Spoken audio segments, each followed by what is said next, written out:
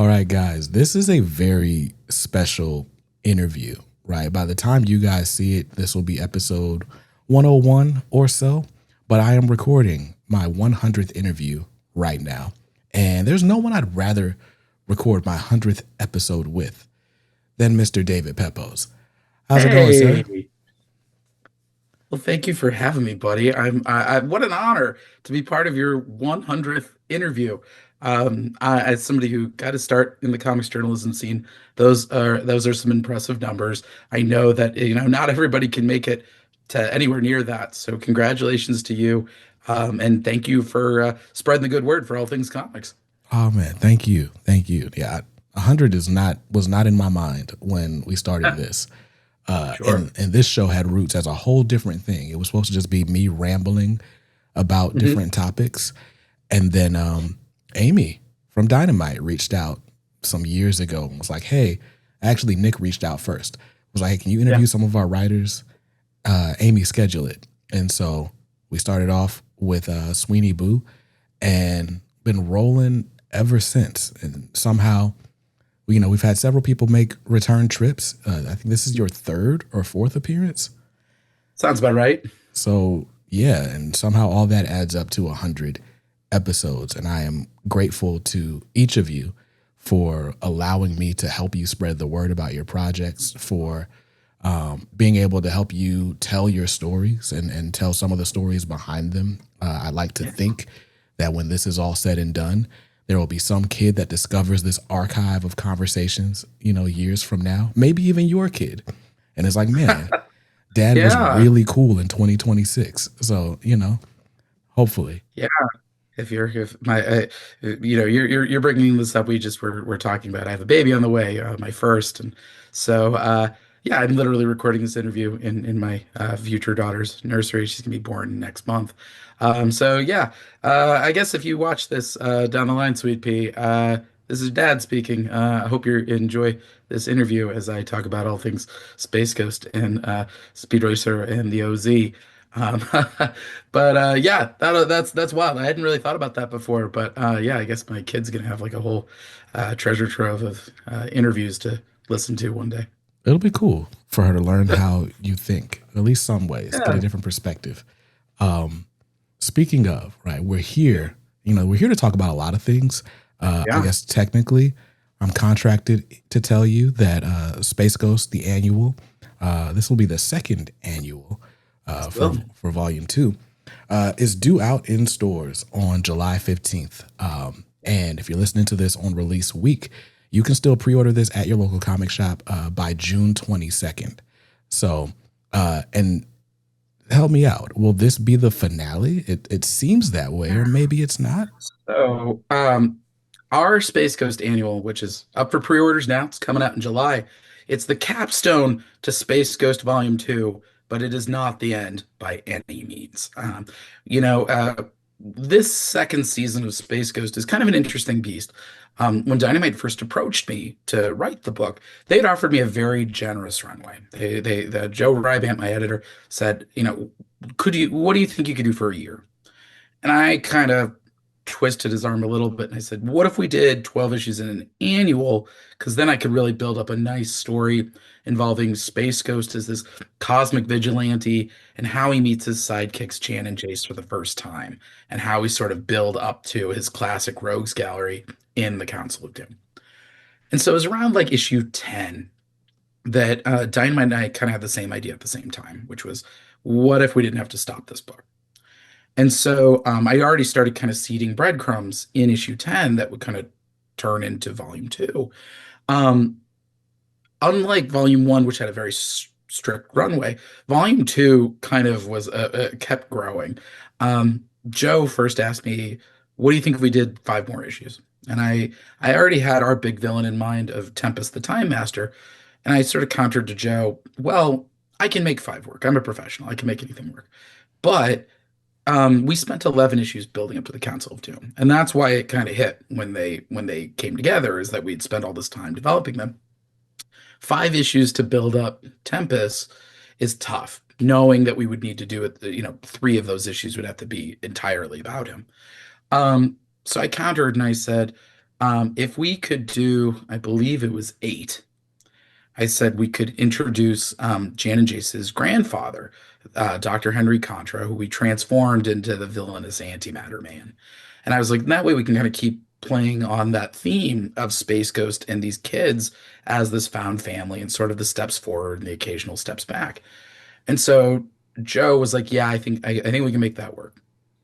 Well, I want to say by like issue two, Joe was like, add in another issue. And so, we had Tarko the Terrible. And then as I was, finishing that, it was like, let's add two more. And so that gave us the Space Sharks and the Empire of Glass. And then shortly after that, I was finishing up that, and we're getting into San Diego Comic-Con. I'm like, Joe, if you give me two more, I can fit in the space vampires and the sorceress. And so at that point, we'd sort of like built this thing, kept building and building and building. We finally wound up at 12 issues. And two things happened. First was Dynamite had approached me talking about possible crossovers. We'd actually started by talking about possibly doing a crossover with Captain Planet, which I also wrote, and I do love that character a lot, and it is a lot of moving parts, both for Captain Planet specifically, but also that kind of crossover. And so, again, I sort of countered and I said, you guys do have another license that I think would really fit in very naturally. And so there was that happened. And then also, as I'd sort of turned in this outline for this crossover, as I'm about to start writing issue 12, Joe messages me and he goes, listen, volume one was 13 issues. Volume two can't be 12 issues. We need it to be 13 now. And then in the moment, I do remember kind of going in my office and like scraping into a pillow for a minute, because issue 12 was originally written to be the end of the volume. And really, when I wrote it, it was supposed to be the end of the run. And of course, I took a few minutes and then I realized, of course, no, Joe was doing me a huge favor because you never turn down more runway. You can always find cool stories to fill the space. And pardon me, as I realized, issue 12, which will probably be out by the time that this interview goes live, is sort of our big blockbuster finale to Tempest the Time Master. It's an oversized issue. Um, that said, beating Tempest is going to come at a cost. And at first, I was like, oh, I don't really have a lot of room to explore that kind of emotional fallout for beating Tempest. And so Joe giving me that extra issue actually wound up being a big help. And so our Space Ghost annual, it's kind of a bookend to the first issue of volume two, which started off as a conversation. That story was about Jan and Jace meeting their grandfather, Dr. Contra, for the first time. And the theme was sort of, why does the universe need a space ghost? They were sort of explaining that to him and also explaining why the man behind the mask is so important to them, all while maintaining their own secret identities. And meanwhile, we saw Space Ghost and Blip fighting against the Toymaker, Tempest's first of his time tyrants. And he's kind of going through it, this idea of what happens if I don't have these kids in my life anymore.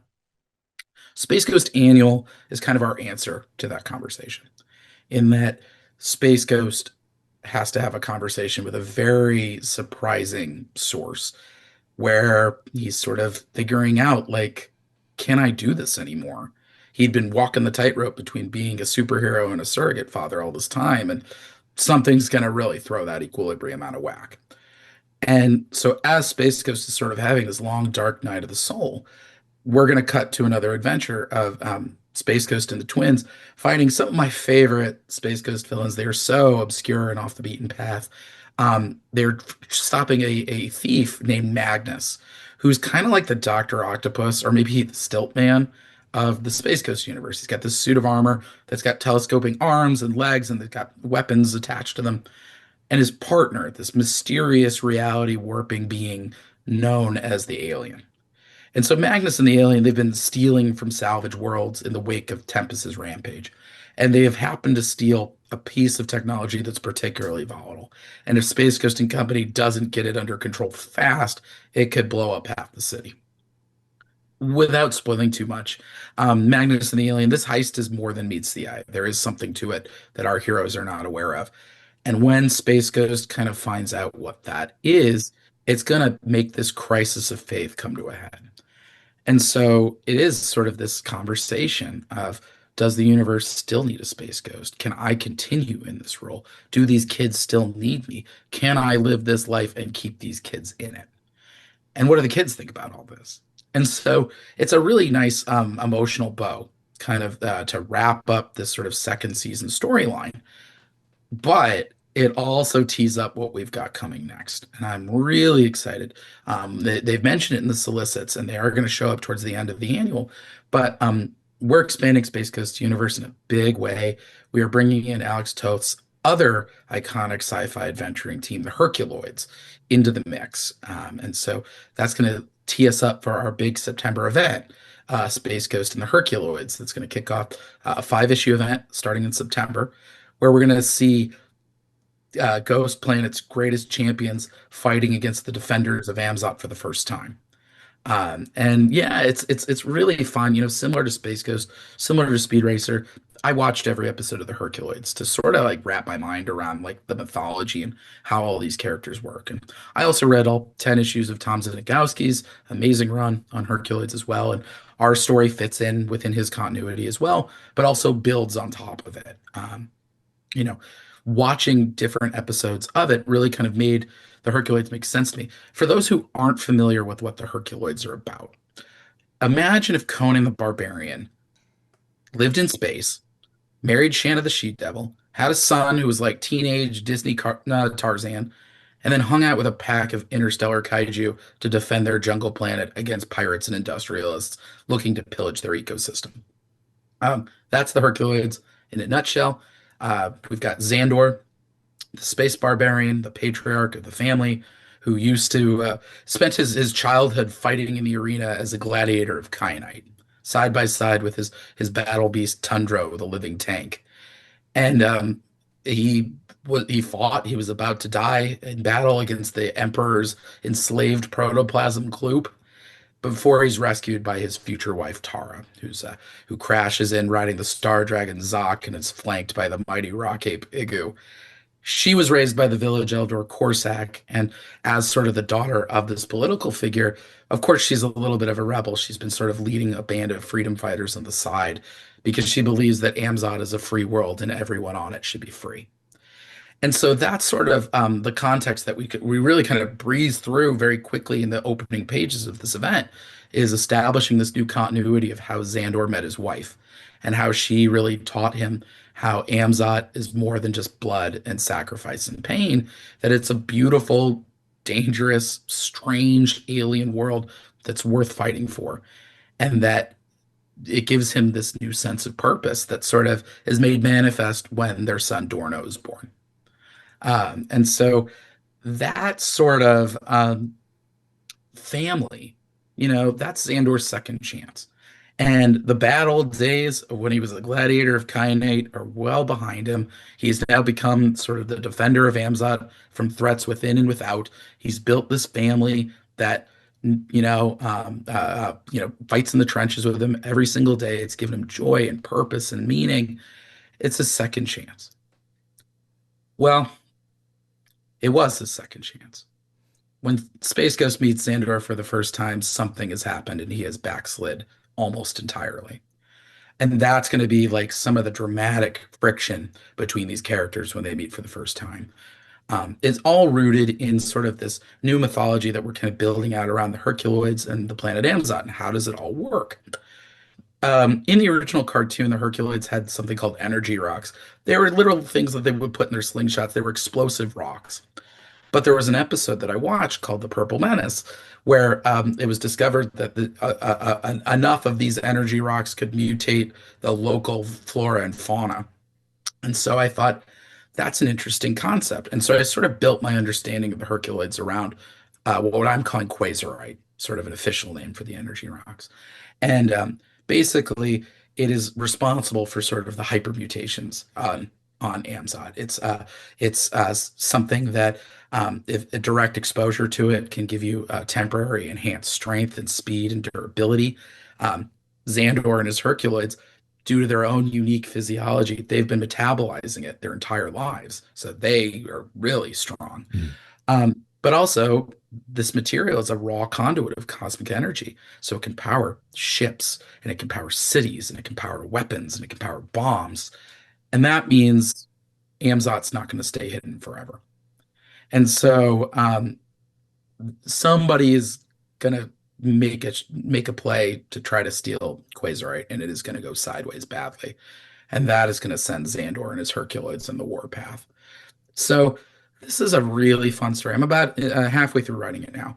Mm. But this is sort of Jonathan Lau and I's biggest swing on Space Ghost to date. This is our first experiment with long form storytelling, in that this is going to be a big 5-part event. Because we've spent 2 years building up Space Ghost, I wanted to make sure that the Herculoids first story our in our universe is it would be as big as we could make it. But yeah, it's fun to kind of inject a little bit of science fantasy Yeah. into this by superhero story that we've been telling. And I can tell you that the Herculoids, both as characters, but also there's supporting cast, their villains, the iconography. It really sort of adds so much to this universe that Jonathan and I have been building in the main Space Ghost book.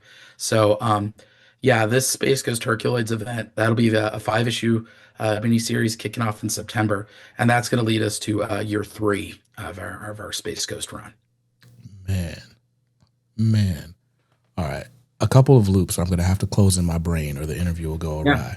Right. So, first, Quasarite. Have you ever seen Meteor Man?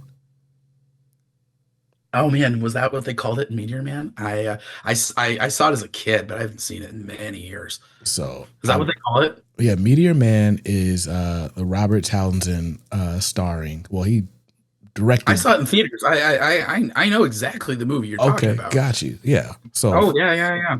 so for the audience, Meteor Man may be the first black superhero film.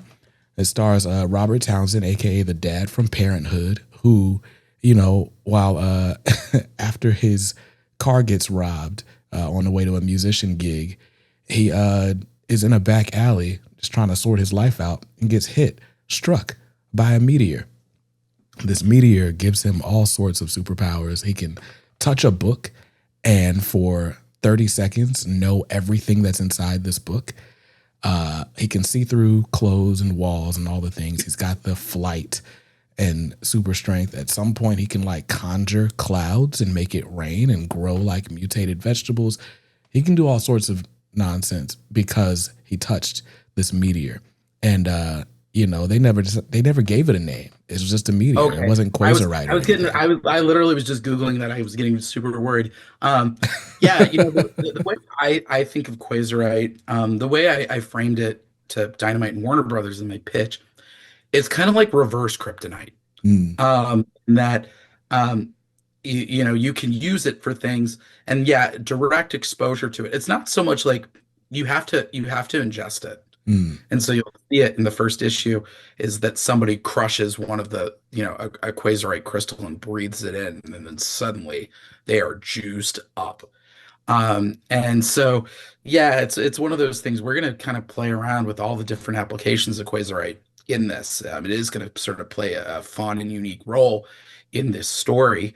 But yeah, I kind of like the idea. The Herculoids are all about defending their pristine planet from people who are looking to exploit them. And I think that kind of speaks to the core dichotomy between mm, Space Ghost and Herculoids, is that Space Ghost he's a superhero. He's meant to defend the defenseless.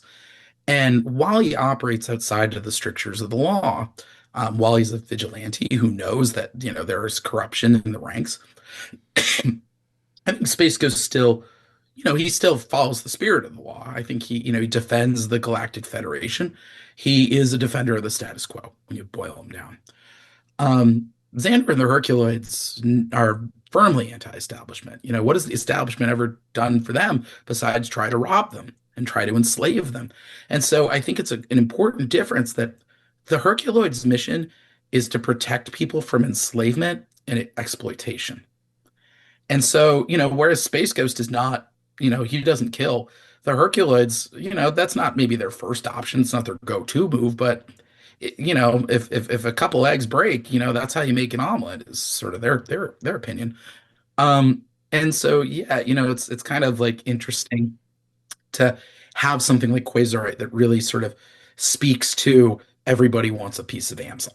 Mm, And Xandor, not only is he trying to keep like actual various nations of Amzot from invading each other on the planet Amzot, they're the closest thing there is to a nuclear deterrent. If you want to mess around with your neighbors, you better think twice because Xandor and his Herculoids might be, busting up your backyard. Um, so having something like Quasarite as sort of a symbol of that vulnerability of that one of a kind natural resource, the secrets that Amazon holds. mm, I think that really kind of speaks to the importance of the Herculoids in that sort of general sci-fi constellation that Alex Toth created. Space Ghost and the Herculoids teamed up quite a bit in the 80s, in the Space Stars revival. And I've always liked this idea of if our Space Ghost is this ultimate found family story, what happens when they meet another family from the opposite side of the cosmic tracks? Ones who are strange and do things differently, but they have the muscle to back it up. And at the same time, despite all of these differences, I think the key thing that Space Ghost and Xandor are going to find common ground on is that they're both fathers that love their kids, mm. who will do anything to protect them and keep them safe. And I think that's going to go a long way towards helping them settle their differences. But it is going to take a couple issues for them to get there. We're going to have some big fireworks. I think these are some of the biggest action-packed issues that Jonathan and I have worked on to date, and we've got a lot of fun stuff coming ahead. I have to pause just to note, right, Yeah, or exclaim that David and Jonathan have David and Jonathan. Sorry, but David and Jonathan have perhaps like the most consistent run on a book that I've read in quite some time. Like you guys have put yeah. together all 24 so far of these issues. Yep. Single writer and artist team. Like I guess we're not beating the ultimate Spider-Man record or anything, but like that feels like a record in today's world. It's definitely right now. We're still kind of figuring out exactly what the final runway is going to look like with Dynamite. I'm still kind of hashing out certain bits of year three, but we already have the final arc already written out, so we know how this run's going to end. So it's just figuring out how many issues we have along the way. Um, right now, I believe we're committed to 44 issues. I would like to get us to 50 because at that point, why not? And yeah, I know I've mentioned that to Jonathan is that I'm not sure the last time that there's been a consistent writer artist team on a superhero book for 50 issues since Bendis and Bagley. I think even Scott and Greg on Batman, they still had fill-ins. Mhm. Um, you know, and so that would be kind of neat. That would be a real feather in the cap. I think Jonathan can pull it off. I mean, he's fast. I mean, that guy can draw two books in a month Mm. if you let him. I think he is drawing a second book right now, if I'm not mistaken. So yeah, it would be really nice to kind of get to do that because I love working with him. I think this book is just as much his as Jonathan's as it is mine. He's really gone above and beyond to making these characters his own, and you'll see it with the Herculoids as well. I mean, the various creatures that he's drawn look amazing, but also even just like Xandor and Tara, his wife, I was really surprised. Like you feel the heat coming off the inks. Like Mm. those two are into each other, at like almost like 300, with Leonidas and his wife. Mm.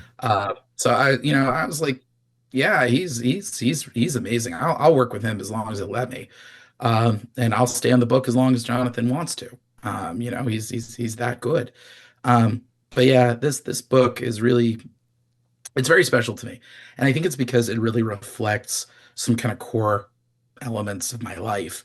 Um, I've mentioned it in other interviews, but I think it was like around issue 4 that I realized um, I'm the older brother of triplets. My younger siblings are about 9 years younger than me, almost to the day, and I it wasn't until issue 4 I realized that's what I was really writing about with this series is the day that I started counting everything in threes. Mm. In that as an only child, I had a system. I knew what, my life was going to look like.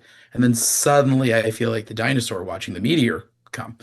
And, it kind of blew up any sense of structure or routine in my life. And so you're frantically trying to figure out what the new normal is and how do you kind of keep these kids alive and not break them or yourself. And yet once the dust settles and the chaos finally subsides, you realize, oh, like these kids have made you grow and they've introduced you to sides of yourself you didn't know you had. And I think it's funny. You'll see, particularly in the Space Coast Annual and also in in this event that's coming up, you'll see like, oh, you'll read certain things where you're like, oh yeah, this is definitely written by a guy who his wife's pregnant, and this is an issue where like, okay, like his wife's currently in the third trimester. It's amazing to sort of see how much this series in particular, I think this idea of living for something more than just yourself, and how rewarding that is, in turn, and how much you learn about them, these children as you watch them grow and learn, but how much you learn about yourself as you see yourself reflected in them. Um, yeah, I think this book is really, in a lot of ways, it's helped me process a lot of things. So I love this book, and I'll write it for as long as as long as Dynamite will have me, and as long as Jonathan Lau will draw it. Well, listen, Nick, I'm starting the petition today. We need 50 issues at least. And you know as well as I know that when you offer this 50 issue tome as a hardcover to be consumed via Kickstarter, it's going to go through the roof. I don't even have to sell it to Man, you at this point. You know it's going to happen. I would love that. Write your congressman. Tell Nick you want 50 issues. I'm game for it. I'm going to tell Nick to run for Congress and then I'll write him. So, but with this, right? Like, I guess especially among some of your most recent works, Yeah, and upcoming, family is certainly an essential theme. Um, sure. we'll get to Speed Racer because that's been my favorite of your works as of late. Thank you. But I'm curious with this Space Ghost and Herculoids, the sort of Yeah, contrast between Dex and Xandor. Like yeah, one, like having a home to fight for, whereas for Dax, it's like home is the spaceship, but as long as I got these kids and this monkey, like we're good. Like yeah, that's home. yeah, But I mean, he's essentially a wanderer. And you spent a lot of time in the first year kind of breaking him out of that, like, I'm a lonely wanderer yeah. into like caring about people. And now he's coming Hmm. up against this group that's like, yeah, we care about each other and we defend the land. And I'm curious, I guess without spoiling this book that's not we haven't even seen the first issue of, but I'm curious as Yeah. like how that plays. It's a great question, and I really appreciate the way you framed it because it's very clear that you read the work and you really understand it. And that I love that dichotomy between Space Ghost and Xandor. Because yeah, they couldn't be any more different. Space Ghost sort of got all of his trauma overnight. His planet was attacked. The dead planet Vector. He's the sole survivor of the invasion of Metalis, and it killed his wife and his daughter. And so he spent 10 years kind of pushing any sense of humanity down, literally living in this in the ruins of his dead planet, now called the Ghost Planet. He's just been pushing his humanity down. And I thought there's a reason he wears that mask. There's a reason he calls himself Space Ghost. That old life is gone, and that old version of himself is gone. And so, yeah, he spent all this time kind of in this state of arrested development. That he's just been like out there just fighting pirates, just processing his pain through his fists. And it isn't until Jan and Jace show up that they kind of coax that humanity back out of him. That it's hard to sort of keep that persona when you've got an audience, especially of Yeah. effervescent tweens that are running around on jetpacks. Um, and so, yeah, Xandor is sort of the opposite in that his pain and trauma he did come by it honestly. It took him a long time. As many, it was basically his, the end of his childhood all the way through his adolescence up until adulthood. And at the same time, building that family with Tara and Dorno and the Herculoids themselves, that's given him, I think, he wasn't resistant to the idea in the way that Space Ghost was. I think Tara is sort of the key to all that. I think having that sense of romance, that gives him. I think he was more incentivized to go for that, than Dax with the kids. Um, but at the same time, yeah, you're right that their purviews couldn't be any more different. Space Ghost is out there sort of fighting all over the galaxy, whereas, you know, Xandor, he's got his home turf to protect. He's not going anywhere outside of Amzot until this series. Um, and Yeah, it's very much, it's a city mouse versus the country mouse. I mean, I think there's a little bit of uh, uh, uh, a little bit of dick measuring, for lack of a better term, between these two guys. When they start out, I mean, City Mouse versus Country Mouse. Space Ghost is kind of like essentially like this backwards bumpkin, and meanwhile, Xandor's like this guy wouldn't survive a day in the pits. And I think, yeah, it's Space Ghost. Anyone who's read my run knows that he is my grumpy guy. He is oops all fists. He's got the power bands, but that's not his first choice. He'd rather get up close and personal. He takes, I think, a little perverse sense of pride in knowing that he is the scariest, strongest, toughest guy in any room. But Xandor's not from around here, and he's not buying what this clown in a mask is selling. Mm. He's like, I literally ride on a dragon. I'm not scared of you, man. And that's kind of fun to sort of see these guys who, like, when they first meet, they are not each other's biggest fans by any means. And it's going to take a little while to sort of bridge that gap, and I think it will ultimately come down to the kids, of just seeing the kids interact with one another. And it's sort of, I mean, it's like, okay, your kids are friends with somebody, and like, the other dad's like kind of a jerk, but like the kids get along so well that I guess I have to learn to live with this guy. So, eventually they'll wind up having barbecues together on Amzot, but it's going to take a little while for them to get there. But yeah, I think, they're sort of, they come from the same place, but they really branch off in two very different directions. And I think that was the smart thing that Alex Toth did with those characters, is like he had done the sci-fi superhero thing for so long, and then veering into like science fantasy. You Mm. can see like the pulp DNA in Herculoids, and it certainly is a return to me for returning to certain muscle groups, both in terms of sort of the fantasy infusion that we have in the OZ, but also I wrote Conan the Barbarian. I wrote his last story at Marvel in Savage Avengers, and his voice certainly came through a lot when I was trying to write Sandor. There's that sense of poetry, of nobility to his voice, that this is a man who lives outside of civilization, but somehow comes off as more civilized than you and me. Mm. And we have a line early on in the crossover where like Xandor doesn't really believe that our so-called civilization is anything other than savage.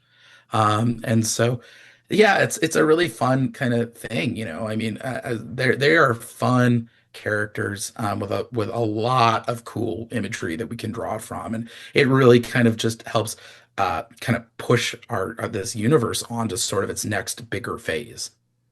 Man, no, that's exciting. And I think just the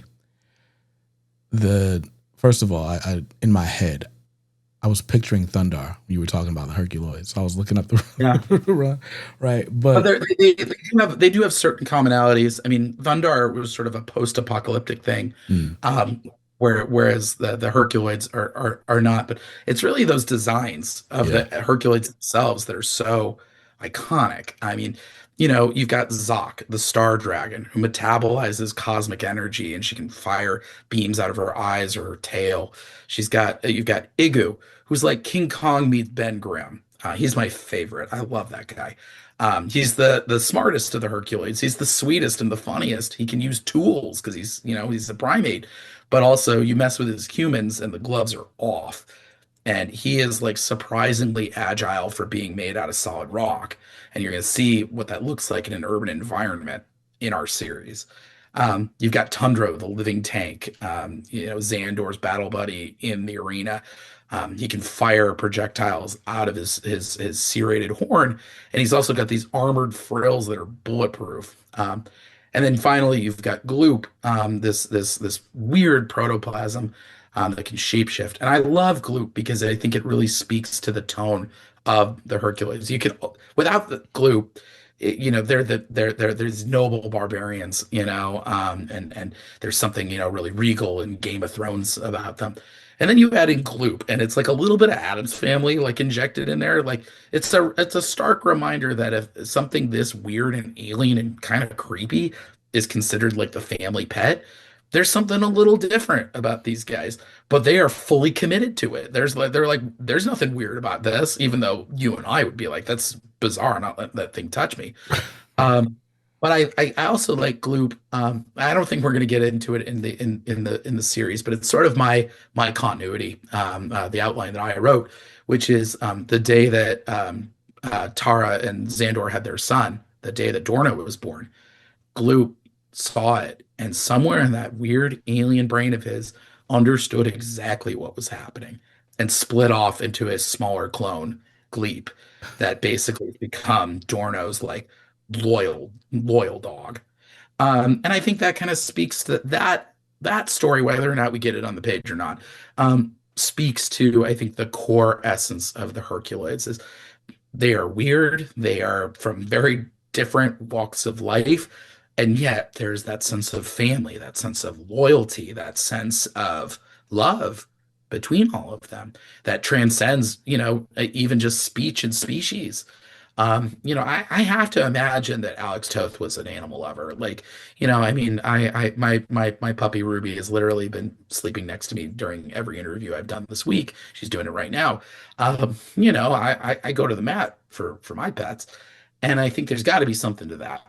With all these animal sidekicks that they put in there, and that's a trait that I really love leaning into in these books, because it lets you tell a story in a different way than you normally would, especially with characters that can't speak. Hmm. And so you have to have them kind of operate through pantomime. You have to have them operate through expression, through action, through what little tweaks you can do with a very limited amount of dialogue, like usually one bit of sound effect. But when you have a moment where Blip sees footage of Igu and is like, "That's the coolest thing I've ever seen in my entire life," and you convey that with one panel and one little scree, that's like so fun for me. You Hmm. get to really kind of um, deliver a lot of character with a minimum of dialogue. That's sort of my favorite thing to do, and I don't get to do it enough. But these kind of having so many animals in the cast, it makes for a really fun challenge of making sure that they still feel like three-dimensional characters. That's fun. So, all right. Well, obviously, I'm going to segue into Speed Racer, Sure. but what's interesting to me is like sort of the joy you get in speaking through different types of characters and like because one of the questions I always have for writers is like how do you kind of like go in and out of like different stories in your head? Like I guess to me, I don't know. I've done like essays and stuff, but like creative Sure. writing is just a different exercise. And so it's like in one world, it's like, hey, here's this guy with the protoplasm friend, and then here's this one where it's kind of straight up, you know, we'll play Yeah. Vin Diesel, but with anime influences and stuff. Like we got all these different like mashups. How do you go in and out of these sort of ideas? Well, it's funny. Yeah, I get asked this question a lot, and my answer is always, I think, a little counterintuitive, in that I actually prefer it this way. I like having my projects each feel unique because every book I write, it ideally I would exercise a different kind of muscle group. So, for Space Ghost, there's a certain tone that I'm trying to hit. And knowing these particular characters and their voices and the kinds of threats they come against versus Speed Racer, which is sort of this larger than life sports drama that occasionally veers into crime as well. And thankfully having, very different artists tonally helps a lot.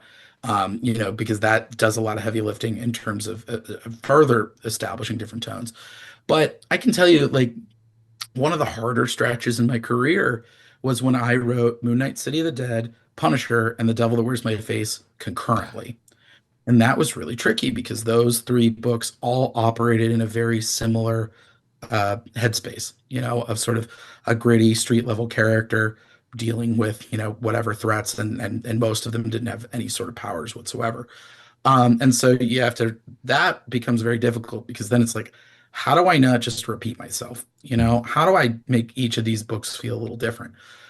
Whereas Space Ghost versus Speed Racer, where they live, what their goals are, what the type of threat is, the voices of the supporting cast, they all feel very different to me. So those are a little easier for me to, I think, bounce between. But yeah, that's also I think the reason why I always try to hop around genre is because I don't want to commit to any one genre and then get tired and get burned out writing it. Mm. Usually, once I finish a book, I try to kind of stay away from that genre for a little while. I always, by the time I'm done with a book, I'm sort of like not sick of it, but I'm just like I associate it with feelings of exhaustion, so I need to find something that won't. Yeah. Um, but yeah, so it's one of those things. I actually prefer to bounce between kind of different tones. It really it lets each part of my brain rest Okay. in between scripts. And so that means that I give myself a week or I give myself 2 weeks or 3 weeks. And usually by the time that I sort of return to that script, I am feeling a little bit more refreshed. Okay. So just process wise, because you typically have several projects going at a time. Do you Yes. like block out time and it's like, all right, you know what? Today I feel gritty. Let me go write this book. Or Um, is it more No, structured? well, so it's really based on which artist is going to catch up with me next. Okay. That's sort of how I kind of frame my schedule is just, usually everything revolves around Jonathan Lau, because that guy draws like a damn Terminator. That guy is so fast. That guy can draw 2 books a month if you let him. I think he is drawing a second book at this moment, actually, at this point in time. So like he, yeah, I always am trying to work double time to make sure I stay ahead of him. Whereas like Davide Tinto on Speed Racer, I know he's usually juggling multiple projects at once, and so like the schedule with him's a little bit more relaxed. But yeah, it's always sort of like who's about to finish the previous issue and can I sort of catch up to them? And I think, I hear of certain books where they've got like a huge backlog of scripts, and I never know how they do that because at least the projects I've worked on, it's always been sort of like, all right, we're offering you the book. Now you got to get started now. Yeah. And any lead time I had, I burned having to watch all the episodes. Mm. And so I'm always writing just like a script ahead of schedule. I wish I had more buffer, but it's just the good part is that I'm writing enough books that it's hard to kind of write two scripts in a month of the same book. So yeah, it's really more of just like who needs the script right now? Who needs the script by next week? That's the script I'm working on this week. And that's sort of um, yeah, usually it kind of breaks itself up nicely in that regard. But yeah, it's definitely always a trip, especially when sometimes books come out on the same week, like we're seeing on the week of June 10th, where both Space Ghost and Speed Racer are coming out the same week as my Kickstarter launches. So sometimes you just have to kind of juggle a lot of balls in the air and just do your best. Nice. So we've run out of time to talk space or speed racer. What I'm gonna do is I'm gonna ask you a question, and that Yeah. is, what's the thing that you? I feel like with every project, we got to learn something about either ourselves or the way we see the world. What has Speed Racer taught you? Speed Racer is it's honestly it's the story of my career. Like that, like the idea of somebody who's passionate about something, who lives and breathes and eats and sleeps it, and then kind of unexpectedly takes a shot at going pro, and sort of the pressure that's underneath that, and the lessons you learn, and the setbacks you have, and failures, and how do you get up from that, and the people who sort of help drag you across the finish line along the way. Speed Racer is the story of my career, 100%. And so I feel a lot for that character. I really like writing him, and yeah, because I know what those pressures feel like, and I know the joy that happens when you sort of rise to the occasion. And so, but yeah, I still feel like I'm a journeyman writer who has a lot to learn, and Speed is kind of my avatar in a lot of ways in that regard. That makes so much sense because that's my probably my favorite aspect about that book is that Speed is always in over his head, even when he's confident. It's like Yeah. he's constantly learning. Like, oh wait, no, I bit off a little bit more than I could chew, and he's got plenty of people to like kind of steer him back in the right direction. But it's still his talent and ability that he's got to be able to sort of get control of in order to win a situation or especially a race. Yeah. And then of course, Rex kind of coming in and helping things is always amazing. The way you guys work in tandem, by the way. Yeah. I'm so thrilled with the team that I work with. I mean, just amazing crew from top to bottom, and yeah, it's been a real joy to work with Dave Tinto and Joe Canola and Buddy Bowden, our amazing letterer, and our editors Chaz Pingburn and now Sarah Bronstad. Yeah, it's just a good crew. I really enjoy working with them, and I'm excited for people to see what we've got coming in our Demon on Wheels storyline that's kicking off next week. Nice. Chaz. I've not heard that name in a minute. Since did you ever read Metal Shark, bro? Yeah. That book is fun. Um Yeah, that Chaz is is the one that brought me on Speed Racer. So, good guy, good editor. I like him a lot. nice. All right. You've got a Kickstarter launching the same Yes, week I that do. Space Ghost and Speed Racer come out. Let's talk about it. What is the OZ? Yeah, the OZ, my pride and joy. The OZ is like Mad Max meets the Wizard of Oz. It's the story of Dorothy Gale's granddaughter, an Iraq war veteran who's caught up in a tornado and stranded in the war-torn land of Oz, where she learns that her grandmother killing two wicked witches and then leaving on a dime, that didn't lead to a happy ending. It led to a power vacuum, not unlike Baghdad. And so now our new Dorothy has to team up with her grandma's former friends, the Tin Soldier, the Prince of Lions, Jack Pumpkinhead, in order to bring peace to the occupied zone, or as the locals call it, the OZ. So this book, it's been a long time coming. It's a near and dear project to me. We won the Ringo Award for our first issue a few years ago, but it's been in the works. Really, this third Kickstarter has been in the works ever since the last Kickstarter back in 2021. It's just been sort of a slow drip of getting the art together. This series has long been written. I wrote this thing concurrently when I wrote Scout's Honor and 10-Ton Titan Terrier in the early days of COVID. But I think it's easy to forget that, I work for a lot of publishers, with monthly comics, something that's more self-published. It's easy to forget that the creators are human beings with real lives. And that's kind of what happened with our artist, Ruben Rojas, our amazingly talented artist. Just kind of life got in the way, and that he got married, he had a baby. He was in Spain during the worst of COVID, which really kind of wrecked the whole country's economy.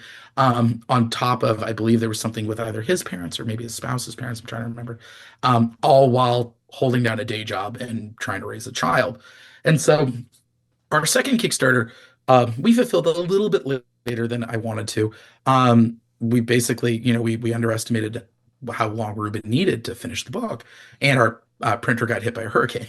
And so, as soon as Ruben finished the inks on the last Kickstarter, he was already hard at work working on the next ones. But it took time. It was really kind of a slow drip, and I he and I kind of had a conversation about it. And my thinking was, I wanted this book to be consistent. I want people that when they read from beginning to end, that is a consistent, coherent storyline that has the original creative team from beginning to end. And secondly, I felt like I owed it to Ruben. That guy is the heart of the book. He's the magic behind the OZ. His designs are so incredible, and the way that he balances story and character work. And frankly, I wrote this series as a younger, less experienced writer. I pushed more on those pages than I would today. And so Ruben, navigated all that like a pro. It just took a little while for him to kind of Shawshank his way through those pages. So, it's one of those things. He and I were in contact almost every other week, from the last campaign until we finished the inks over the fall. And so then we Whitney Kogar, our amazing colorist, who's so good. She was kind of working on pages piecemeal, and so she finished off the pages around the end of the new year. And so early in the year, I did what's called the lettering pass. And what that is, for those who don't know what that is, you write a script, you give it to an artist, the artist draws it, and then you do what's called a lettering pass, which is you're looking at the pages and you're making adjustments to your script before it goes to the letterer in case, something doesn't match anymore, or maybe the line just doesn't work, or you've written too much and you need to trim stuff. Um, and that was kind of an interesting experience for me, looking back at something that I had written years prior as this younger, scrappier writer, now that I had a lot more experience under me, figuring out, what are things I could trim? What are ways I could punch this up while still making the book feel like the previous two issues? Mm. And then, yeah, it's been in the hands of our amazing letterer, DC Hopkins, who finished all that off. And so there were certain things, of course, we wanted to sidestep. Kickstarter had their strikes in at the end of last year. We did not want to launch a campaign during that. We didn't want to launch a campaign during when the Trump administration invaded Venezuela. I did not think that was right either. But also, the most important thing was we wanted to make sure that we launched when the book was 100% finished, and when to make sure that I had a clean runway, that I didn't have other announcements from other publishers that were going to sort of cannibalize the spotlight on this book. I wanted to make sure that I had a 30-day window that I could push this thing as hard as it deserves. I know that our readers for the OZ have been very patient with us, and I wanted to make sure that when this campaign ends, when Kickstarter disperses the funds, we are immediately able to tell the printer this is the final number, print it. We are also working with the amazing team at Laguna Studios to handle fulfillment, because if you haven't asked this, if you haven't thought about it, of course, a guy writing 4 books and with a baby on the way, you do not want him packing your books. You want a professional team to handle that, and Laguna Studios has handled fulfillment on many campaigns. And so we've been told by our printer and by our fulfillment team that they should, by the time the Kickstarter ends, I believe it's 3 weeks for the printer and then 3 weeks for fulfillment. We do have a December deadline on there, just to cover our bases, to make sure everybody gets their stuff by the holidays. But I anticipate people are going to get their books much sooner than that. Um, and if you missed our campaigns, this is the perfect time to get on board. This is our third and final issue. We have catch-up tiers. So whether you prefer to read in print, whether you prefer to read in digital, whether you want to, you missed one campaign and you want to buy one issue a la carte, we've got those options covered for you. We've got early bird discounts for the first 48 hours because that really helps us stand out in Kickstarter's algorithm. If you're a fan of any of my other books and you have missed out, we will have all of my other series as add-ons. I have a stockpile of trade paperbacks for all of my series, specifically for this campaign. And so you'll be able to get them either as individual trades or in discounted bundles. So if you want the first 2 volumes of Space Ghost and the first 2 volumes of Speed Racer and the trade paperback of Captain Planet, we got a tier for that. If you want all 5 of my Marvel trades, we got a tier for that. If you want all 5 of my creator-owned trades, we got a tier for that. And then if you want everything, we've also got a tier for everything. So we're really trying to make sure that like any price point you can get involved in this series, because I do think it's some of my best work and it's some of the most gorgeous comic art I've ever had the pleasure of being a part of. Ruben and Whitney are just an amazing dream team. And I think when you see what happens with this campaign, when you see where our big storyline winds up, you're going to see that this book was worth the wait. Man. So I was already excited just looking at the coming soon page on Kickstarter. Like I didn't know Yeah, the OZ existed until you started promoting it just recently, right? yeah, But now I'm more excited because I can get a copy of Spencer and Locke. I have come across like random issues of like Spencer and Locke 2 or Spencer and Locke 2 number 3 and so on. yeah. And it's like I've not I can't find this series. So now I can Yeah, catch up. it's been out of print, and we're sort of in the process of extricating the rights back from our delinquent former publisher. And But yeah, I it feels prescient now that I ordered many copies of that book because before I signed up with my amazing team at Comic Sketch Art, I was lugging all of my books to shows. And so I ordered a lot because that book was my bread and butter for so long. Mm. And now I'm the only one with any copies left. And so I've been saving copies specifically for this Kickstarter because I know you cannot get it anywhere else. So yeah, if you want Spencer and Locke, I think I'm down to my last like I think I've got like 200 copies, or maybe even 250. But that's it. Once this campaign is over, it won't be until we do the inevitable reprint of that book. All right. I'm asking for the benefit of the audience, but really for me, what day does this Yeah. campaign launch? Yeah, the OZ kicks off first thing Monday, June 8th. Okay. And we're going to be going for a 30-day campaign. And yeah, we're going to have all sorts of exciting stretch goals for this campaign. Lots of fun stuff coming. We've also got fun little add-ons. We've got enamel pins and our fun Monkey See, Monkey Doom sticker. We've got all those that we'll be able to add as well. And then some really fun stretch goals that will be sort of debuting during the campaign. And just amazing variant covers. You'll be seeing variant covers from my friend Mon House, who has been doing covers for me since the beginning of my career. He did covers for our first two campaigns. We've got an amazing cover by Joshua Hood, sort of our homage to Carlos Pacheco's X-Men 80. We've got a really fun one from Serge Acuna, who's done work on Nightwing and Flash. I will say we have done stretch goal covers before. Maybe there's something in the works there as well. I guess you'll have to back the campaign to find out. But yeah, and we'll have tiers that you can get all the covers as well, whether it's all four covers from this campaign or all 14 covers from the previous campaigns as well. Wow. Listen, man, I'm excited. I'm excited. Um, I am too. so It's been a long time coming. This book, most books, when I finish it, it's sort of like you cross the finish line and you're just exhausted and you just collapse. But the OZ, because I started it so long ago, this was one of the first wave of books that I started after Spencer and Locke. mm, Because I didn't know if people were going to like the book, and if people hated the book, I was never going to do this again. It was the hardest thing I'd ever done. But people liked it, and so I came up with three concepts right after that: going to the chapel, my long gestating sci-fi book, Grand Theft Astro, and the OZ.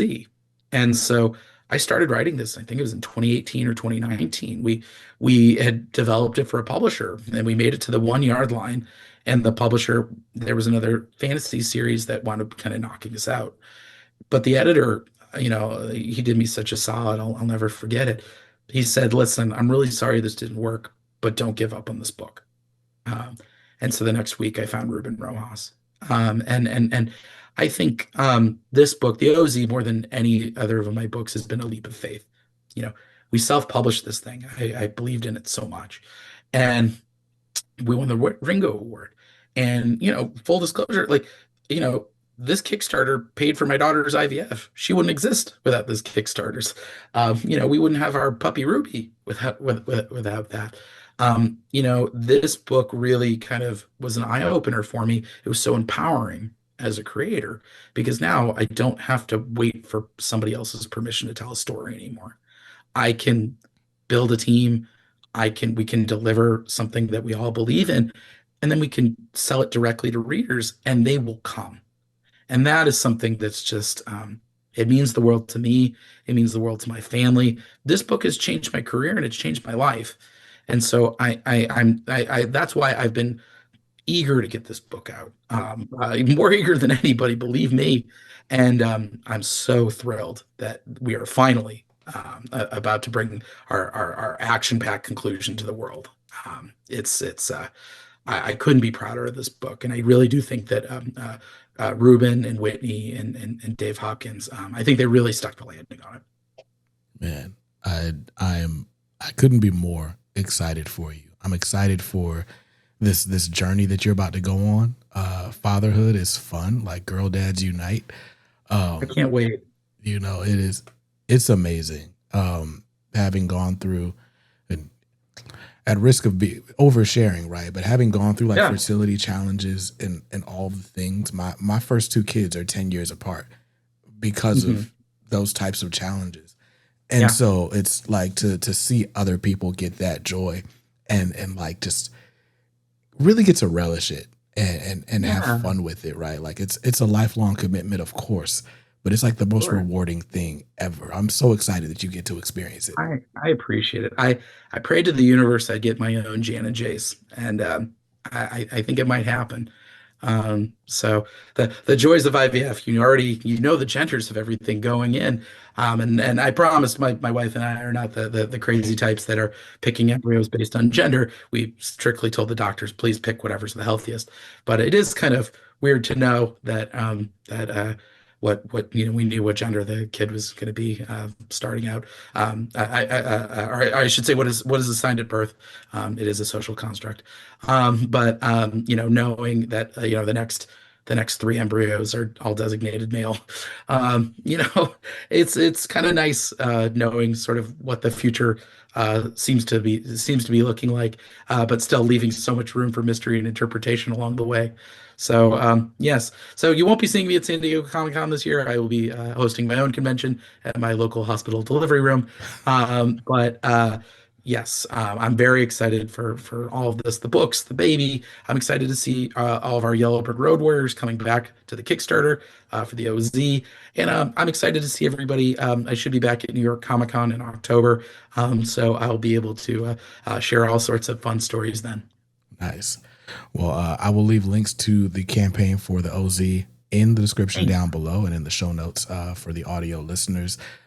Everything else, you go to your local comic shop, pre-order it. You need Space Ghost. You definitely need Space Ghost versus the Herculoids. You need Speed Racer. I've said all that I can say about Speed Racer. I feel bad because David tries to do these pull quotes every time I talk about Speed Racer, and all I got Oh, it's is good. it's just as good as the last time. I always appreciate the shout out. Believe me, I see them every time, and I'm always very grateful that you're reading because yeah, I think me and my teams are working our butts off to make sure that we can give everybody their money's worth week in and week out. And every time that you help us spread the word, it really helps us out. So thank you, thank you, thank you for continuing to do that, and thank you for everyone watching and listening. For supporting my work. I hope you'll show up for the OZ. It's at tinyurl.com/the OZ comic. We try to make it easy for people to sign up. And like I said, the first 48 hours, we're going to have early bird discounts, but we're going to have catch up in print and digital tiers. So whether you're a newcomer or you're returning to our Emerald Army, you're going to find a place with us here at the OZ. Nice. So go back the campaign, get the catch up tiers, like get all of it. You need all of it. I promise you do. And after that, stay safe, stay awesome, and read something dope today. Peace.